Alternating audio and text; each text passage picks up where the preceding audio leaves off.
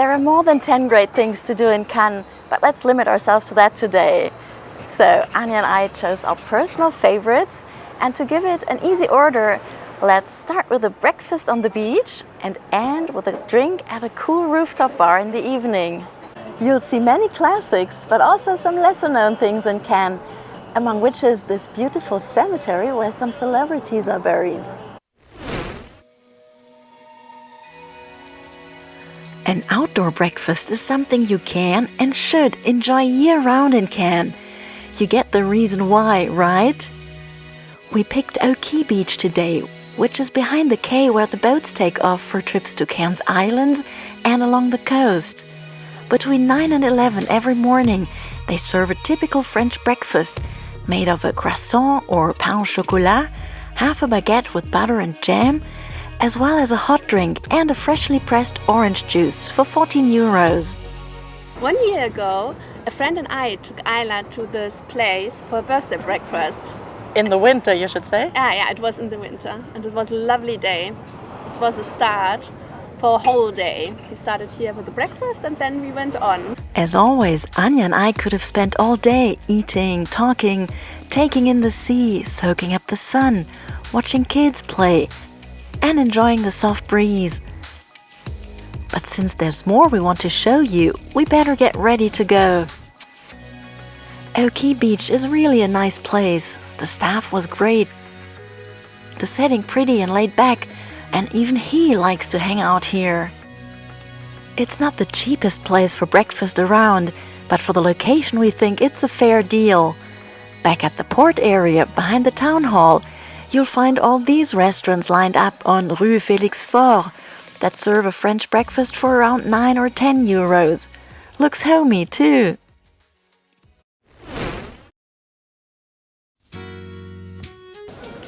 Fancy a typical fresh market? Get some vitamins or try some local food specialties? Or just take some nice pictures of beautifully arranged produce? Then you should definitely head to Forville Market, right below the old town. It's open every morning except Mondays. You'll find 5 different categories of good stuff. Fresh fruits and vegetables of all kinds, mostly grown down here on the French Riviera. Local fish right from the sea. Typical Mediterranean and Italian products. All kinds of street food. And beautiful flowers. You could get a snack for lunch for fair prices if you want. There are regional and international specialties on offer. A very typical snack are fried zucchini flowers that you'll find in spring and early summer. They are a true delight. Anja and I are going for panis, which is very big in Marseille, but also pretty common on the Côte d'Azur.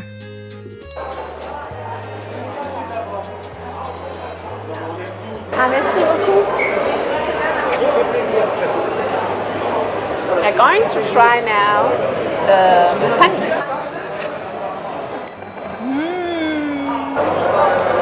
It has really a Provençal taste. Can you taste the pois chiche?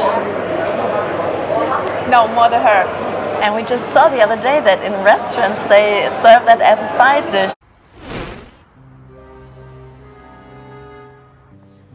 From Forville Market, the old town called Le Suquet is just a stone's throw away. Even if it's a little steep to get up there, do it. You'll be rewarded with a great view of the city of Cannes below you.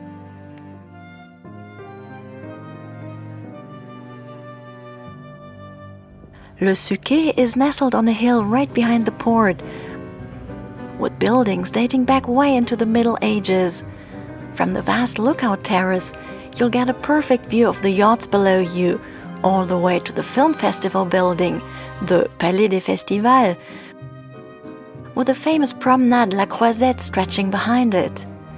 You can also see the 2 little islands just off of the coast that belong to Cannes, Île Saint-Honorat and Île Sainte-Marguerite, that we'll show you later in this video. Also, step through this old archway and climb on the wall lining the little square, and you'll get another cool view of the other side of Cannes, all the way to the Estoril Mountains.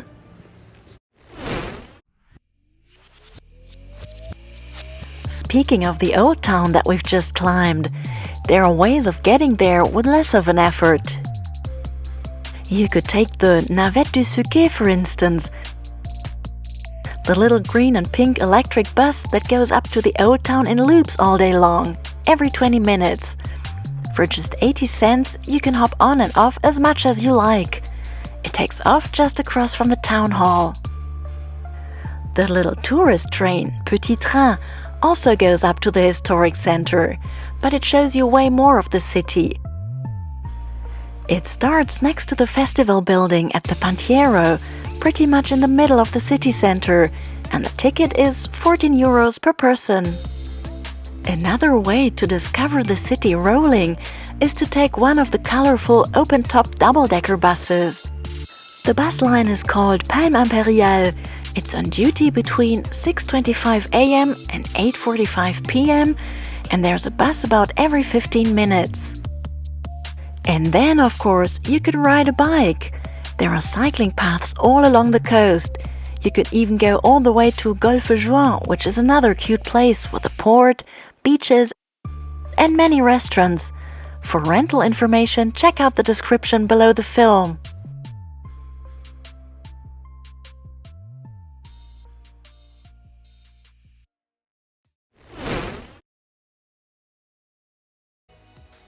To explore and fully enjoy the wonderful Croisette, you have to walk. Take your time to go with the flow and look at everything along your way, including the colorful crowd of people. Check out the many huge luxury hotels, with the Carlton being the most iconic one.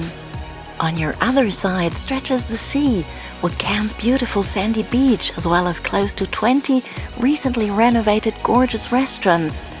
Excuse us if we're repeating ourselves, but please sit down in one of them and grab at least a coffee. It's paradise, or simply the savoir-vivre of the French.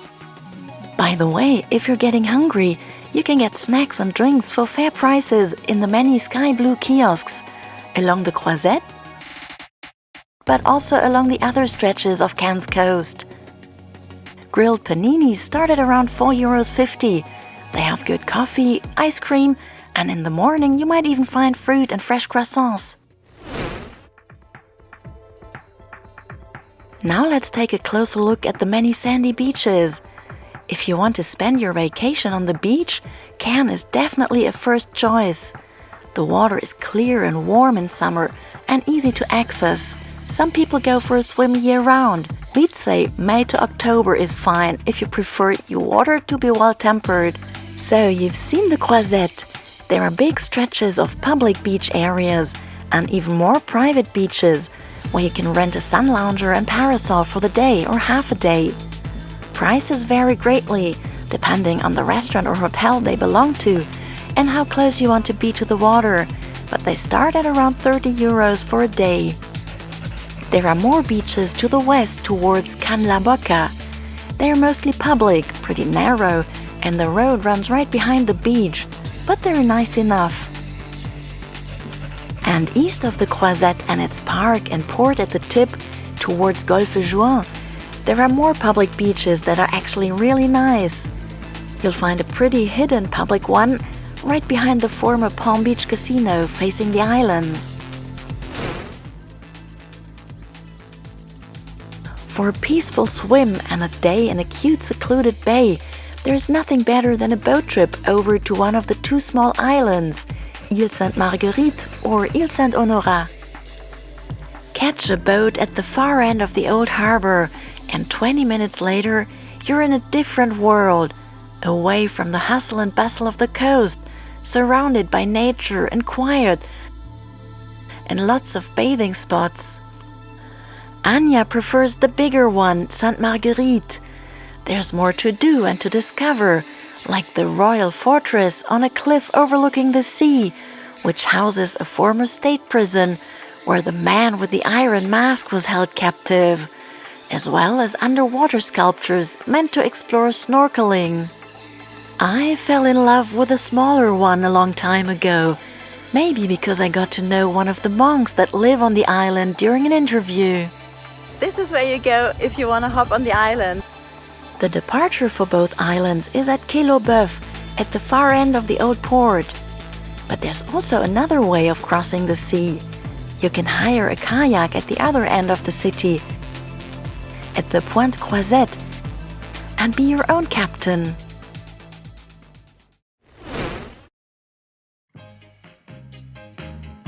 Cannes may be small, way smaller than Nice, but it's still great for shopping. Most of the boutiques line up in Rue d'Antibes, where you'll find typical French fashion, the usual suspects of international brands, and lots of places for swimwear. High-end shopping takes place along the Croisette once again, starting just opposite the Festival Palace. Anja and I might have a little bit of a thing for cemeteries.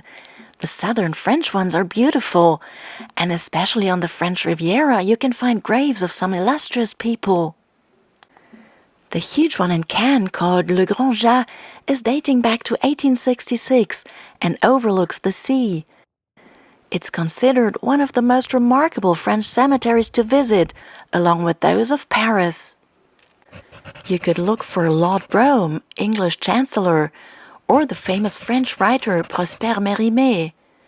All of the tombstones tell their own stories. Anja and I, being German, we absolutely had to see where Klaus Mann is buried, son of the famous writer Thomas Mann, and a talented writer himself. With his sister Erika, he wrote a travel guide called The Book of the Riviera, published in 1931. You'll find Klaus Mann's tomb at a very far corner of the cemetery, in a place called Carré number 16. The cemetery itself is a little off the coast. It takes about 30 minutes to walk up there from the main port.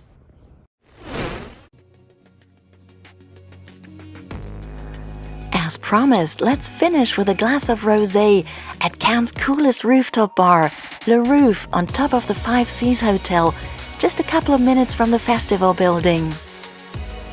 We're meeting our friend Nicole, who lives in Cannes, to make sure we didn't miss telling you anything. The bar is amazing, with its heated pool and the noises of the city below you drowned out. There are some pretty exciting cocktails on the menu, as well as this guacamole, prepared right in front of your eyes. So anyway, cheers to the gorgeous city of Cannes! If you liked our video, why don't you subscribe to our channel, and you'll get to see many more stories from the French Riviera.